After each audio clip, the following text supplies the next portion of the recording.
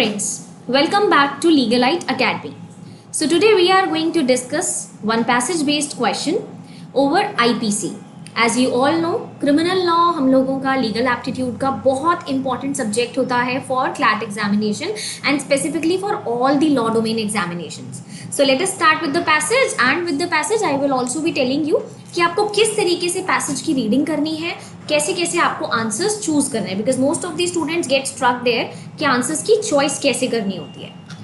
Okay, most important thing IPC में सबसे पहले हमें ये बताया जाता है that for every crime we have certain essentials. कोई भी क्राइम जब कमिट होता है तो उसके कुछ एसेंशियल्स होते हैं, और इंडियन पेनल कोड में किसी भी क्राइम के कमिट होने के लिए सबसे इंपॉर्टेंट एसेंशियल है मेंस रिया. मेंस रिया का मतलब होता है गिल्टी माइंड. इट मीन्स कोई भी पर्सन जब कोई क्रिमिनल एक्ट करता है तो उसके पीछे उसका मेंस रिया, इंटेंशन का होना बहुत ज़्यादा ज़रूरी होता है. अगर कोई भी ऐसी सिचुएशन है जहां मेंस रिया लैक कर रहा है तो वहां उस पर्सन की क्रिमिनल लाइबिलिटी नहीं होगी. That person will be exempted from the liability. उसको किसी भी तरीके की पनिशमेंट नहीं मिलेगी if that person succeeds in proving this in front of the court कि उसकी इंटेंशन नहीं थी. अब यहाँ पर कोई भी क्राइम अगर कमिट हो रहा है, कोई भी ऑफेंस कमिट हो रहा है, तो उसकी कमीशन हम लोग ये जज करेंगे, कोर्ट जज करेगा कि ये जस्टिफाइड थी या फिर ये एक्सक्यूजेबल है. अगर कोई भी ऐसी सिचुएशन होती है जहां ऑफेंस का होना जस्टिफाइड होता है या फिर एक्सेप्शनल केस में होता है, उस सिचुएशन में जब मेंस रिया एब्सेंट होता है तो उसे हम जनरल एक्सेप्शन के अंडर डील करते हैं और पर्सन को किसी भी तरीके की पनिशमेंट नहीं मिलती है. अब ऐसे एक्सेप्शंस में हमारे पास कुछ एक्सेप्शंस गिवन है आईपीसी में. फर्स्ट एक्सेप्शन यहाँ पर जो हम डिस्कस करेंगे पैसेज में वो है मिस्टेक ऑफ फैक्ट. अब ये एक एक्सेप्शनल सिचुएशन होती है जो कब आती है हमारे सामने, जब अक्यूज्ड किसी भी चीज़ को मिसअंडरस्टूड कर लेता है. मतलब कोई भी ऐसा फैक्ट है जिस फैक्ट को उसने थोड़ा सा गलत समझ लिया, मिसअंडरस्टैंड कर लिया, और उस सिचुएशन में उससे कोई क्राइम कमिट हो गया.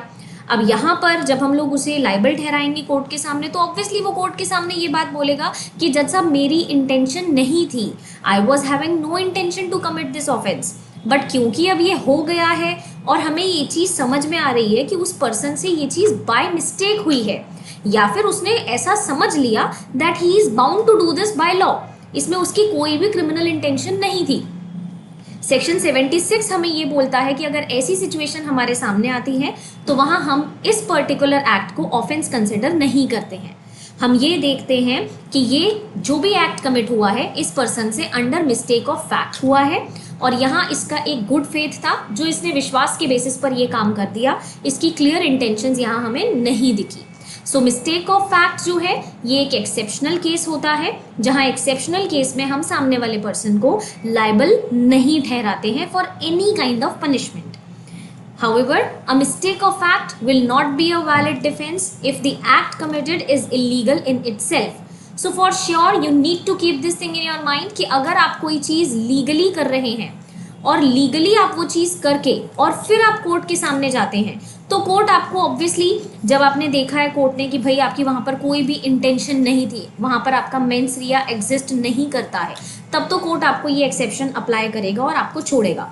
पर यहीं जब इस लीगल चीज़ के आगे अगर कुछ ऐसा हमें दिखता है कि भाई वो कोई ऐसी चीज़ है जो इल्लीगल है या फिर अनलॉफुल है, वहाँ पर आपका मेंस रिया ना होने पर भी इन एनी सिचुएशन अगर आप ऐसा कुछ कमिट कर देते हैं कि आप इलीगली एक्ट कर रहे हैं और आपको ये पता है, you have complete knowledge, you have complete mains रिया कि मैं ये जो कर रहा हूँ वो इलीगली कर रहा हूँ, आपको किसी भी सिचुएशन में ये जनरल एक्सेप्शन ग्रांट नहीं होगा.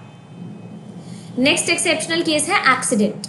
तो एक्सीडेंट का डिफेंस हमें कब मिलता है? सेक्शन 80 के अकॉर्डिंगली एक्सीडेंट का डिफेंस हमें तब मिलता है जब कोई भी चीज़ इर्रिस्पेक्टिव ऑफ आर सिचुएशन हमारी बिना इंटेंशन के हमसे कोई ऐसी चीज़ हो जाती है जो अंडर मिसफॉर्च्यून होती है. जब हम कोर्ट के सामने जाकर के ये प्रूव करते हैं कि जज साहब ये जो भी हुआ ये कम्प्लीटली एक्सीडेंटल था, मिसफॉर्च्यून की वजह से हुआ, इसमें हमारी कोई क्रिमिनल इंटेंशन नहीं थी, यहाँ पर हमें किसी भी चीज़ की नॉलेज नहीं थी कि ऐसा भी कुछ हो सकता है, मैं जो भी कर रहा था वो लॉफुली कर रहा था, लॉफुल तरीके से कर रहा था, लॉफुल मीन्स से कर रहा था, प्रॉपर केयर और प्रिकॉशन के साथ कर रहा था. अब अनइंटेंशनल और अनएक्सपेक्टेड तरीके से ये चीज़ हो गई है, तो जब हम ये प्रूव करते हैं तो सेक्शन 80 ऑफ आईपीसी ये कहता है कि इस तरीके की कोई भी चीज़ ऑफेंस नहीं होती है।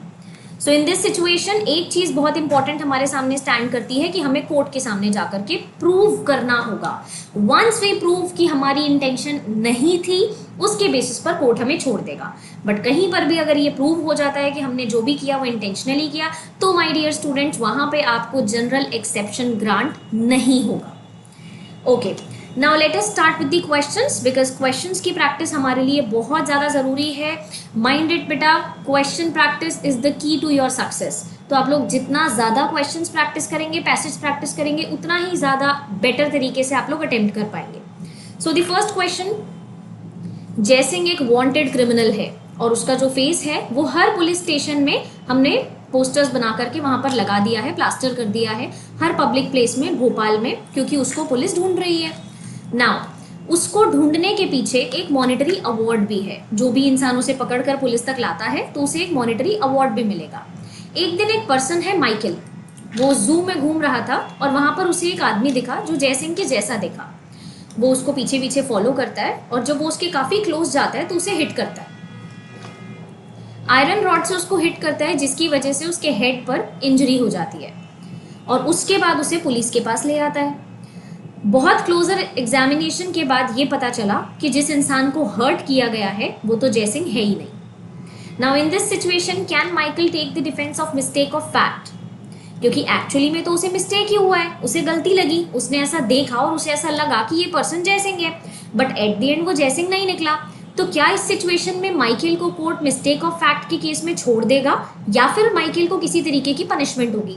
Now you are having two broad choices, या तो येस या तो नो। अब सबसे पहले हमें येस और नो में से चूज करना है। तो स्टूडेंट्स यहाँ पर हमारा करेक्ट आंसर रहेगा नो, क्योंकि अब हमारे पास रीजंस यहाँ पर दो हैं, सी और डी, दोनों पोर्शंस में आपके पास नो के रीजंस हैं। Now you have to come to the correct reason.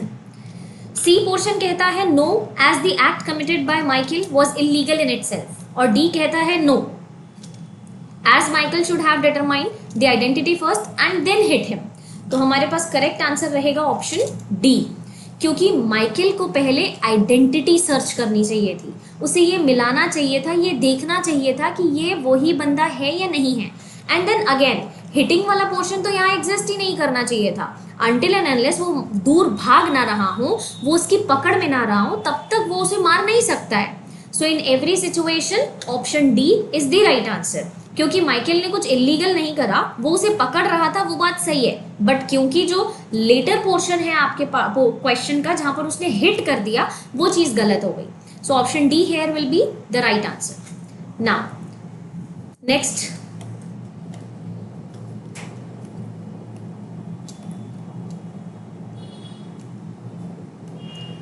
now the next question has another situation।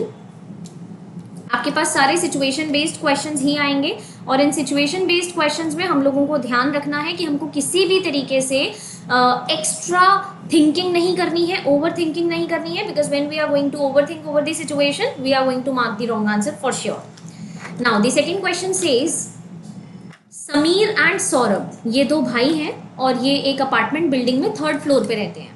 इनके नेबर हैं Rishabh.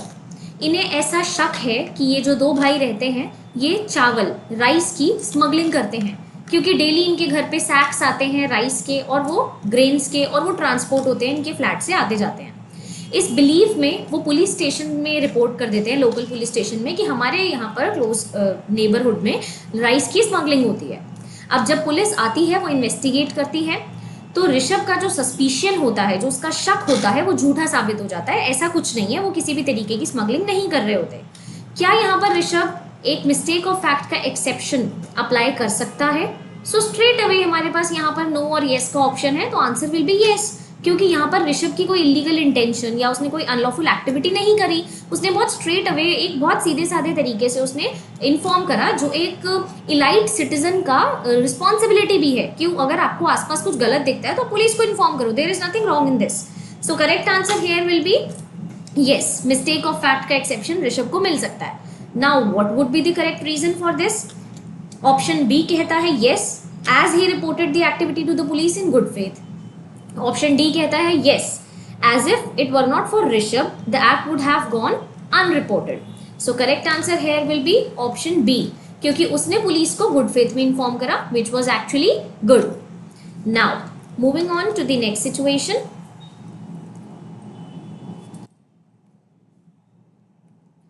Again, next situation has another story. Rajendra a farmer, इनका एक लैंड होता है जहां पर ये वीट ग्रो करते हैं और वो वीट ये होलसेल मार्केट में सप्लाई करते हैं पास की एक सिटी में. एक दिन इन्होंने नोटिस करा कि इनकी क्रॉप्स जो हैं वो अपरूटेड हैं. अपरूटेड मतलब उनको जड़ से निकाल दिया है किसी ने खींच कर. अब उन्हें लगा कि ये एक्टिविटी जो है ज़रूर एक भालू की हो सकती है, क्योंकि उनके एरिया के आसपास काफ़ी सारे बेयर्स को स्पॉट किया जा चुका था. सेकेंड डे जब दोबारा उन्होंने यही चीज़ देखी कि उनकी क्रॉप्स को फिर से अप्रूट किया गया है, तो उन्होंने ना फील्ड में कुछ मूवमेंट भी फील करी.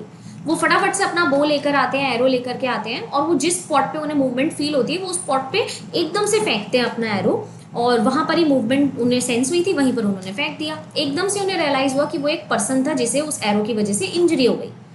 क्या यहाँ पर राजेंद्र एक्सीडेंट क्लेम कर सकते हैं? इन दिस पर्टिकुलर सिचुएशन जब आपके पास कोई प्रॉपर्टी होती है तो उस प्रॉपर्टी का राइट आपके पास है और आप उस प्रॉपर्टी को डिफेंस कर सकते हैं अगर आपकी प्रॉपर्टी खतरे में है. तो यस, राजेंद्र ने यहाँ पर कुछ भी गलत नहीं करा है, उनके पास यहाँ डिफेंस अवेलेबल है. नाउ द करेक्ट रीजन है will be yes, as Rajendra has all the right to protect his field and crop irrespective of who attempts to destroy it, क्योंकि उनके पास अपनी क्रॉप का प्राइवेट डिफेंस है, उनके पास अपनी property का प्राइवेट डिफेंस है. इन दैट सिचुएशन अगर कोई भी उनकी प्रॉपर्टी को हार्म पहुंचाता है तो वो अपनी प्रॉपर्टी को बचाने के लिए हिट कर सकते हैं. Now next question. Girish and Mihir get into a fight in the middle of a road due to the former's car hitting the bumper plate of the latter. अब क्या होता है कि दो लोगों के बीच में लड़ाई होती है रोड पे, और जिसकी वजह से उनकी कार की हिट हो जाने की वजह से, बम्पर प्लेट पे हिट होने की वजह से उनकी कार एक्सीडेंट में वहाँ पर इंजर्ड हो जाती है और वो लोगों को भी उतरना पड़ता है और वो लड़ाई करते हैं. Now in this particular situation Girish के साथ उनकी वाइफ भी होती है और एक 2 साल का उनका सन भी होता है. फाइट के मिडल में मिहिर जो है वो एक ब्लो करते हैं जो एक्सीडेंटली उनकी वाइफ को जाकर के लग जाता है, और उनके हाथ में 2 साल का बच्चा भी था जो रोड पर गिर जाता है और उस बच्चे को सीवियर इंजरी हो जाती है और उसे हॉस्पिटल ले जाना पड़ता है. Question here is can Mihir claim the defence of accident for injury cause to the child? क्योंकि ऑब्वियसली वो तो ये कह सकता है कि भाई मेरी इंटेंशन बच्चे को मारने की तो नहीं थी, वो तो फाइट हो रही थी 2 लोगों की और मैं तो गिरीश को मारना चाह रहा था, मेरा तो वाइफ को या बच्चे को मारने का कोई इंटेंशन नहीं था. इस सिचुएशन में what can be the correct answer? तो बेटा यहाँ पर अगर कोई इंसान क्लेम करता है for the defence of accident तो एक्सीडेंट का डिफेंस यहाँ नहीं मिलेगा. रीजन बिहाइंड, मैंने आपको एक्सीडेंट के डिफेंस में एक पॉइंट बताया था that you have to do a lawful act. ठीक है, आप एक लॉफुल एक्ट करें, लॉफुल मीन्स से करें. इन दैट सिचुएशन ओनली आप कोर्ट के आगे ये बोल सकते हैं कि मैं जो कर रहा था वो सही कर रहा था, इनफैक्ट मैं प्रॉपर केयर के साथ कर रहा था. यहाँ पर ऐसा कोई भी एक्ट हमें देखकर नहीं लगा मिहिर का जो लॉफुल एक्ट था, लॉफुल मीन्स से था या केयर और प्रिकॉशन के साथ किया जा रहा था. तो इस पर्टिकुलर सिचुएशन में option D will be the right answer. No, he will not get the defence of accident because Mihir's actions did not constitute a lawful act done in lawful manner. Right, now last question for the day. Consider that in the factual scenario presented in the above question. अब ये उसी question की बात कर रहे हैं जो question अभी हमने ऊपर पढ़ा गिरीश और मिहिर की लड़ाई वाला. उस सिचुएशन में एक मैड डॉग फाइट सीन में भागा चला आता है और वो जो डॉग है वो आकर गिरीश की वाइफ को काट लेता है. डॉग को पीछे हटाने के लिए मिहिर डॉग को मारता है और एक्सीडेंटली उसकी वाइफ को लग जाता है, जो उसके हाथ से 2 साल का बच्चा नीचे गिर जाता है जिसे फिर हॉस्पिटल ले जाना पड़ता है. इवेंचुअली एज अ रिजल्ट सन की डेथ हो जाती है. यहाँ पर क्या मिहिर एक्सीडेंट का डिफेंस ले सकता है? Now in this very situation हम लोग क्या देख रहे हैं कि जो भी काम हुआ है वो लॉफुल हुआ है, क्योंकि जब आप देखते हैं कि कोई भी जानवर या कोई भी पर्सन किसी दूसरे के ऊपर अटैक कर रहा है तो उन्हें बचाना कुछ अनलॉफुल नहीं है. प्लस उसने जो करा वो भी प्रॉपर लॉफुल मीन्स से करा, कुछ गलत तरीका नहीं था. प्लस इसके पीछे उसकी कोई भी मेंसरिया रॉन्गफुल इंटेंशन एग्जिस्ट नहीं कर रहा था. In this very situation yes, Mihir can take the defence of accident in this particular situation. अब यहाँ पर हमारे पास अगेन दो ऑप्शन हैं येस वाले. एक ऑप्शन कहता है yes as he did not have criminal intention to cause death of the child. Another option says yes as Mihir could not have foreseen the death of the child. So correct answer here will be option B, yes, as he did not have criminal intention to cause the death of the child. क्योंकि question की demand में हमने last में death के बारे में बताया है, तो आपको यही, क्योंकि अब देखो यहाँ पर जनरली ऐसे रीजंस में बच्चे कंफ्यूज होते हैं क्योंकि ये दोनों रीजन सिमिलर से हैं, तो हमें कौन सा रीजन चूज करना है. क्वेश्चन की डिमांड हमें ये कहती है कि आखिर में बच्चा मर गया, उस सिचुएशन में क्या मिहिर एक्सीडेंट का डिफेंस ले सकता है. यहाँ पर बच्चे की डेथ मोस्ट इंपॉर्टेंट प्रायोरिटी है. So yes as he did not have criminal intention to cause the death of the child, so he can take the defence of accident in this very situation. इसी तरीके से हम लोग और भी आपके लिए पैसेजेस लेकर आएंगे और हर एक पैसेज में डिस्कस करेंगे कि किस तरीके से आपको क्वेश्चंस अटेम्प्ट करने चाहिए और किस तरीके के अटेम्प्ट से आपके आंसर सही हो सकते हैं. I hope things are clear to you. अगर किसी को भी कोई भी डाउट होता है please do comment and let me know about your doubt. Till then, keep practicing, keep revising, and stay tuned to us. Thank you for watching.